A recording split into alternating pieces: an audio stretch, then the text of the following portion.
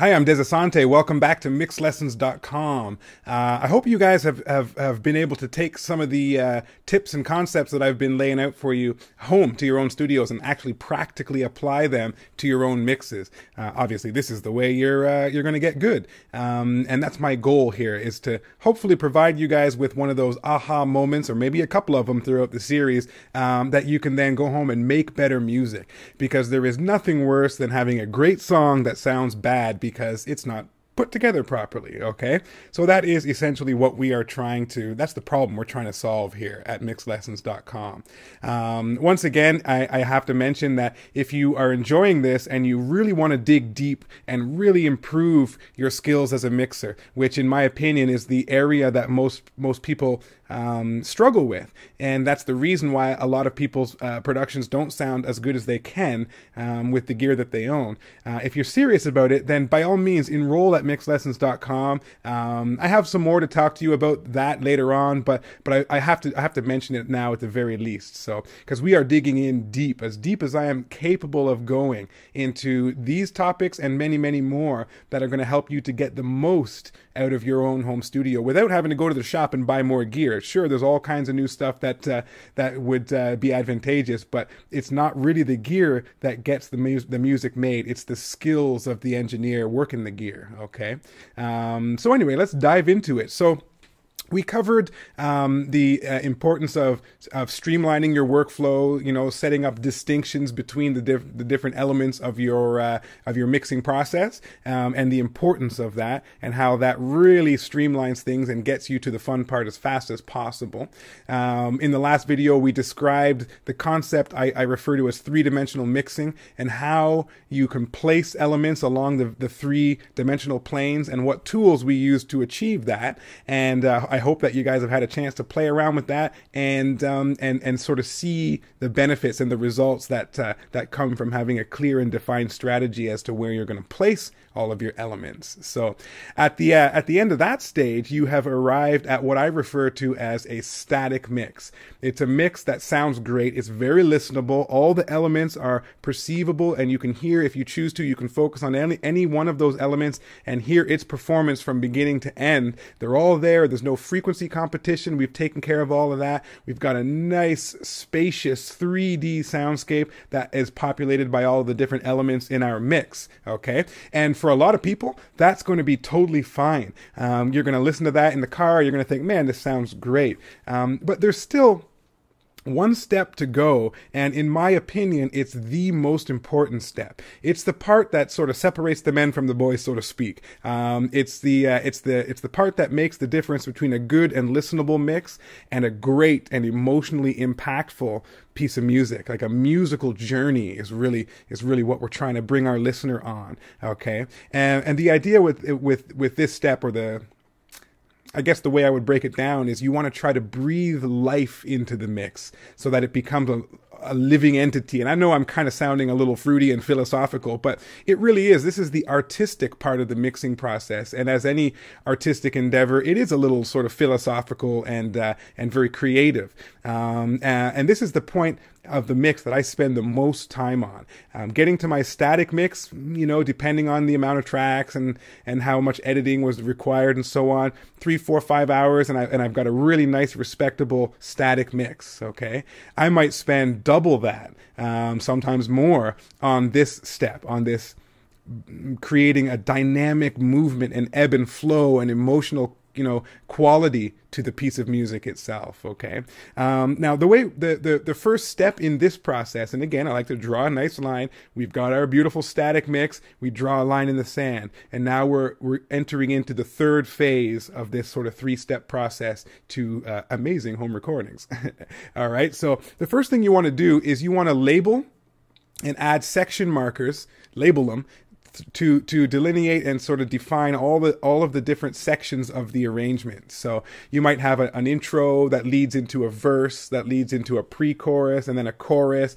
Maybe you'll have another verse, pre-chorus, chorus, bridge, you know, where there might be a solo or something, an outro, maybe a doubled chorus at the end and some kind of outro, right? So you want to make sure that you've marked these off. And in most digital audio workstations, you can add a marker track of some kind so that you can actually mark where the verses and the choruses begin and end, and for the purpose of quickly moving between them, for one thing, but also so you can visually see very clearly on the screen where the different segments of the tune begin and end. Okay, so that's the first step. Mark up your track and label those markers so that you can, it's intuitive and you can quickly see where you are, and you can quickly move from verse 1 to verse 2 without having to scroll through and listen to where it is and where it starts. Okay, so that's step number 1 in this particular phase of our process. Okay, the way in which, once we've got it all marked out, what we want to do is we want to try to take each individual section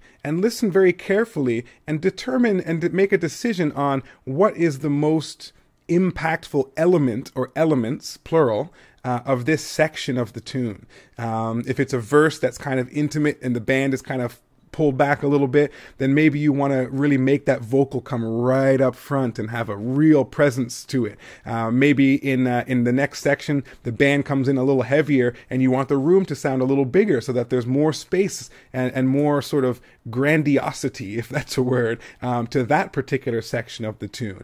And we do this using automation. We use automation to create contrast between sections and to create movement from one section to another. That's what we're trying to do in this phase of the process. So, you know, you can do things like, for example, you can automate your pan pause. So you might have your 2 electric guitars kind of up front and personal, and then when the chorus kicks in, you might want them to spread out and move back a touch so that they sound bigger, right? Instead of having a static performance all the way through, you want to push and pull and breathe with the music so that every emotionally impactful element is displayed and decorated in the best way possible. Okay, and once again, we use automation, and in any DAW you'll have the ability to automate things. Even in the light free versions of a lot of these pieces of software, you can do basic automation of panning, vocals, effect sends, and so forth.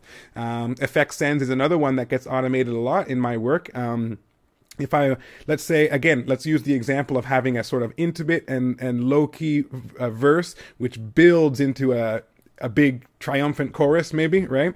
In that sort of intimate verse section, I might have that vocal very dry, no reverb at all, maybe a touch of delay just to big it up a little bit, and very upfront and in your face, using compression and EQ and all the techniques we talked about to bring that sound source right up in the listener's headspace. And then maybe when we ramp up into that big triumphant chorus, I might want that vocal to come back a little bit so that you hear this whole it's hard to explain, but we're talking creative here. But you hear this huge rhythm section, you know, supporting this vocal that's just big and way up there, like the voice of God, you know, singing down towards you, right? And then when that verse kicks back in again, then the vocal comes right back in your face, gets real dry again and real compressed to bring up those low-level frequencies and create the illusion of intimacy, of whispering right in your ear kind of thing, right? So that's an example of how I might automate my effects send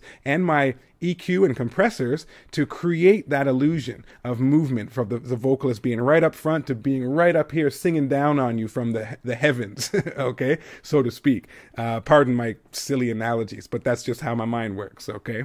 So you want to try, what you're trying to do is to accentuate the most emotionally relevant parts of each and every section of the mix, okay? Again, what we're trying to do is draw the listener through an experience that happens to be the song we wrote, but we don't just want to hear them to hear the parts and go, hey, that was great, or no, it wasn't, or what have you. We want to suck them in, and we want to drag them through an emotionally impactful experience, a musical experience, okay? And the other thing that's very important If there is a vocal in your tune or some other feature, make sure that that vocal is always on top of the mix. Okay. The analogy that was told to me once that made a lot of sense is if you've ever been fishing, you know how you have a bobber that floats on the water that you can see if a fish is biting your bait, right? Your vocal should be like a bobber that even if the band and the mix gets loud or gets soft, the vocal is always riding on top and can be heard, because in most genres of music, the vocal is the feature and should be treated as such. It should be mixed as if it's the star of the show, because oftentimes it is. If you're doing instrumental music, then of course there's no vocal involved, but I'm sure you'd have some other element that is the feature, and it might change from section to section, but that's the whole point of this third step in our three stages, our three-stage mixing process here. Okay, so step one: organize all your files, or convert everything to audio, get rid of all your software instruments, digital modelers, put the instruments away, organize your screen, set up your routing so that all the groups and relevant tracks are related and grouped together, subgroups of groups as well, so that you have great control, quick and easy manipulation of the whole session. In section 2, we take all of those elements and we scatter them out throughout the three-dimensional environment, and we use a strategy. That's the whole point. We use a strategy to determine how we're going to EQ and treat with reverb and so on to achieve a spread out, spacious, three-dimensional mix.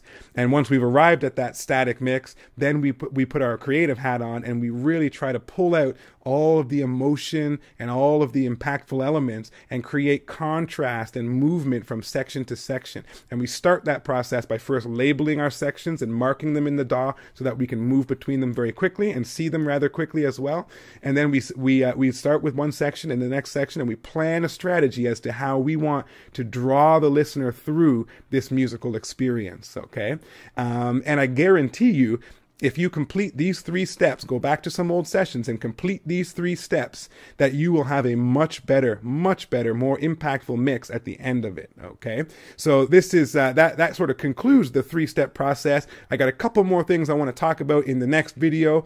So definitely stay tuned and check your email. I'll let you know as soon as that video is available. But I really hope that you've been able to take these concepts and sort of, contemplate them, soak them in, absorb them, bring them home and use them. That's the important thing. You got to bring them home and use them. We can actually practice nowadays. You don't have to go hire a expensive studio to get some practice time in. You don't have to look over the engineer's shoulder for 3 years while you make coffee and order the pizza to learn. Nowadays, you can go home, open up your laptop and practice these techniques. And so I encourage you to do so.